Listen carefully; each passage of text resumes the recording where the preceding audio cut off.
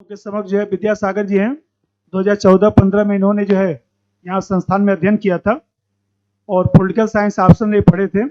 Germany से इन्होंने जो है पीएचडी किया है और अभी चल रहा है। इसके बाद ऑक्सफोर्ड यूनिवर्सिटी में इनको जाना है और हम लोग की तरफ से जो है इनको बधाई कि भविष्य में जो है आने वाले समय में शिक्षा जगत में जो है बहुत अच्छा कार्य करें। और हम लोग को खुशी इस बात की है कि ये भारत के नागरिक हैं लेकिन विश्व भ्रमण कर रहे हैं और अंततः ऐसे देश में पहुंचे हैं जहां पर जो है ऑक्सफोर्ड यूनिवर्सिटी में पहुंचने की कल्पना जो है सब लोग करते हैं, लेकिन इन्होंने जो है इस कल्पना को जो है साकार किया है। इसके लिए बधाई के पात्र हैं और हम चाहेंगे कि विद्यासागर जी जो है आप लोग के समक्ष जो है जो नेट जीआरएफ है, असिस्टेंट प्रोफेसर है या जो लोग भी पीएचडी का एग्जाम देते हैं उसके लिए जो है कुछ मार्गदर्शन कर सकें। शुक्रिया सर इंट्रोडक्शन के लिए। मेरा नाम विद्यासागर है जैसे सर ने बताया। और आप सबको पहले तो मैं बधाई देता हूं कि आप बहुत ही अच्छे एक मेंटर के साथ काम कर रहे हैं, वीके त्रिपाठी सर के साथ। मैं बहुत सौभाग्यशाली मानता हूं खुद को कि मैं 2014-15 में सर के साथ यहाँ इसी कैंपस में इस कोचिंग प्रांगण में मैंने पढ़ा था पॉलिटिकल साइंस। अभी मैं सोशियोलॉजी में पीएचडी कर रहा हूँ यूनिवर्सिटी ऑफ बिलाफिल से। और 2018-19 में मैंने जेआरएफ टॉप किया था। बाहर बोर्ड में फोटो भी लगी हुई है मेरी इंडोर्समेंट के लिए। तो मैं बहुत ज़्यादा टाइम नहीं लूँगा और आप लोगों को बताऊँगा कि जेआरएफ का जो एग्ज़ाम है कैसे क्रैक करना है। क्योंकि अगर आप हाल के 3 से 4 सालों में देखेंगे तो जेआरएफ बहुत एक हाईली कॉम्पिटिटिव फील्ड बनता जा रहा है। क्योंकि जिस तरीके की अनसर्टेनिटी बढ़ रही है दूसरे फील्ड में कॉम्पिटिशन में, बहुत सारे जो सिविल्स के एस्पिरेंट है वो आपको मूव कर रहे हैं, जो खासकर एकेडमिक जो जॉब अपॉर्चुनिटी जैसे असिस्टेंट प्रोफेसर के लिए, लेक्चररशिप की जो जॉब्स हैं उसके लिए, और जिसके लिए मैंडेटरी क्राइटेरिया है नेट क्वालिफाई होना। और नेट में जो हाई स्कोर करते हैं उनको जेआरएफ दिया जाता है। जो आप पीएचडी में इन्वॉल्व होते हैं या रिसर्च डिग्री में इन्वॉल्व होते हैं तो आपको जो monthly stipend university grant commission देती है वो आपको मिलता है। तो चूंकि फील्ड बहुत ही कॉम्पिटिटिव होता जा रहा है तो क्या हम पढ़ सकते हैं, कैसे पढ़ा जाना चाहिए, बहुत ये मेरा इंडिविजुअल मेथड है, इसको आप यूनिवर्सल ना माने, लेकिन इसी मेथड के थ्रू मैंने पढ़ा था और 99.98 परसेंटाइल से मैंने जेआरएफ क्वालिफाई किया था। तो मैं सबसे पहला जो इम्पोर्टेंट जो पार्ट है मुझे लगता है कि आप सिलेबस को देखें कि जब भी कोई भी एग्जाम हो, चाहे वो नेट जेआरएफ का हो या सिविल सर्विसेज के या कोई दूसरी कॉम्पिटिटिव एग्जामिनेशन हो, आप सिलेबस सबसे पहले प्रिंट आउट लें ताकि आप नेविगेट कर पाए कि आपको पढ़ना क्या है। नहीं तो कई बार हम पढ़ना शुरू करते हैं, उसकी कोई एंड नहीं होता है, शुरू करते हैं कहाँ खत्म करना है। तो आप हमेशा आप अपनी बाउंड्री को जाने कि आपको क्या पढ़ना है और कितना पढ़ना है, क्योंकि कंपटीशन का लिमिटेड रिक्वायरमेंट होता है, आपको सब कुछ नहीं पढ़ना है। तो जैसे ये जेआरएफ का सिलेबस देख सकते हैं आप लोग, सिलेबस है ये।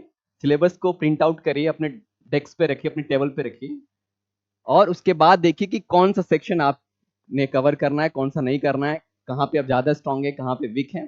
तो अगर आप पॉलिटिकल साइंस ऑप्शनल देखेंगे तो मोस्टली जैसे अगर आप यूपीएससी का जो ऑप्शनल पेपर है उससे बहुत ज़्यादा सिमिलरिटीज है। जो नेट जेआरएफ का सिलेबस उसमें बहुत कुछ ही कंपोनेंट है जो कि एक्स्ट्रा है उसमें, जैसे पेडागोजी वगैरह का या हायर एजुकेशन रिसर्च का। और जो फर्स्ट पेपर है वो, तो सेकंड पेपर ऑप्शनल यानी जो आपका सब्जेक्ट पॉलिटिकल साइंस से होता है। तो आप पहला काम ये करिए कि सिलेबस आपके पास है। दूसरा कि जब सिलेबस आपके पास होता है आपको पढ़ना क्या है। तो हम कई सारे टेक्स्ट बुक पढ़ लेते हैं। अगर आप इंग्लिश मीडियम के हैं तो आप हेनरी हवुड पढ़ते हैं, बेल स्मिथ पढ़ते हैं। अगर आप हिंदी मीडियम के हैं तो आप ओपी गावा पढ़ते हैं, सीपी गेना पढ़ते हैं, एसपी वर्मा पढ़ते हैं। तमाम तरीके की किताबें अवेलेबल है मार्केट में, बहुत ही लेंदी किताबें हैं। आप खोलेंगे नींद आने लगेगी, आपको लिटरली बता रहा हूं मैं। तो आपको करना क्या है कि जो कंपाइलेशन है किताब का, कंपाइलेशन जैसे बहुत सारे इंस्टीट्यूशन है जो कंपाइलेशन बनाती हैं। आप बीके त्रिपाठी सर का भी आप रियूनियन का मटेरियल जो अभी रिसेंटली रिवाइज हुआ है, आप उसको देखेंगे, वो थॉरली डिजाइन किया गया है। जो अपडेटेड सिलेबस है उसके बेसिस पे डिजाइन किया गया है।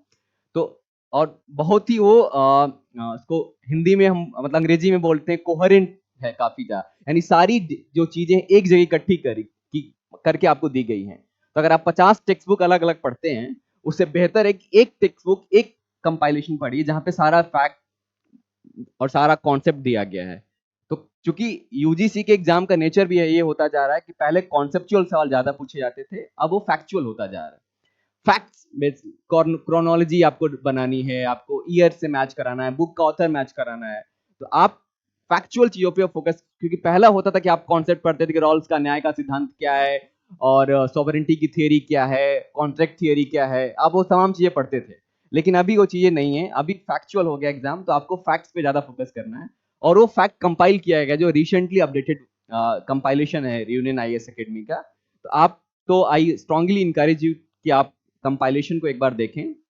और चूंकि अभी जिस दौर में हम लोग रह रहे हैं डिजिटल एरा है, हर एक रिसोर्सेज आपके फोन पे, आपके स्क्रीन पे है, तो जो मटेरियल्स हैं, वीडियो और ऑडियो मटेरियल हैं, जैसे बीके त्रिपाठी सर के लेक्चर, अगर आप फॉर्चुनेट एनफ हैं तो आप दिल्ली आके इन पर्सन क्लास अटेंड कर सकते हैं। अगर आप एक्सेस नहीं कर सकते हैं इन पर्सन क्लासेस को, तो आप जो ऑनलाइन लेक्चर हैं, रिकॉर्डेड लेक्चर हैं यूट्यूब पे, आप उनको एक्सेस कर सकते हैं।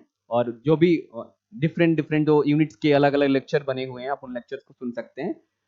और तीसरा जो इंपॉर्टेंट पॉइंट है वो है प्रैक्टिस, क्योंकि जब फैक्चुअल एग्जाम का नेचर होता है तो आपको मगअप करना होता है, चीज रटनी होती है, और रटने के लिए आपको बार बार प्रैक्टिस करना होता है।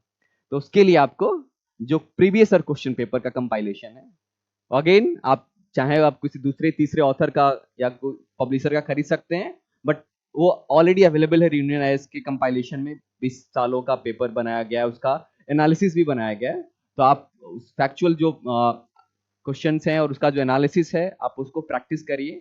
तो 3 चीज पे आपको ध्यान देना है मोस्टली। पहला कि ज्यादा किताबों में ना उलझें, लिमिटेड जो टेक्स्ट बुक हैं, कोर जो टेक्स्ट बुक हैं आप पढ़ सकते हैं, पैरेलली आप जो नोट्स बनाए गए हैं रियूनियन आईएएस के, आप उसको पढ़ें।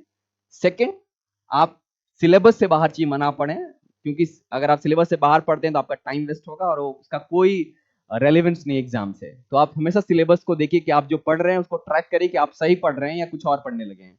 अगर आपको दिया गया सिर्फ कि मेडिवल थिंकर में आपको ये पढ़ना है या मॉडर्न थिंकर में यही पढ़ना है, तो आप सिर्फ उतना ही पढ़िए, आप फिर मत लगे पढ़ने एक दूसरे थिंकर को कि जो यूज नहीं है, राइट। और तीसरा जो है प्रैक्टिस, प्रैक्टिस जो कंपाइलेशन है क्वेश्चन पेपर का, आप उसको प्रैक्टिस करिए। I wish you very all the best for your career and thank you so much.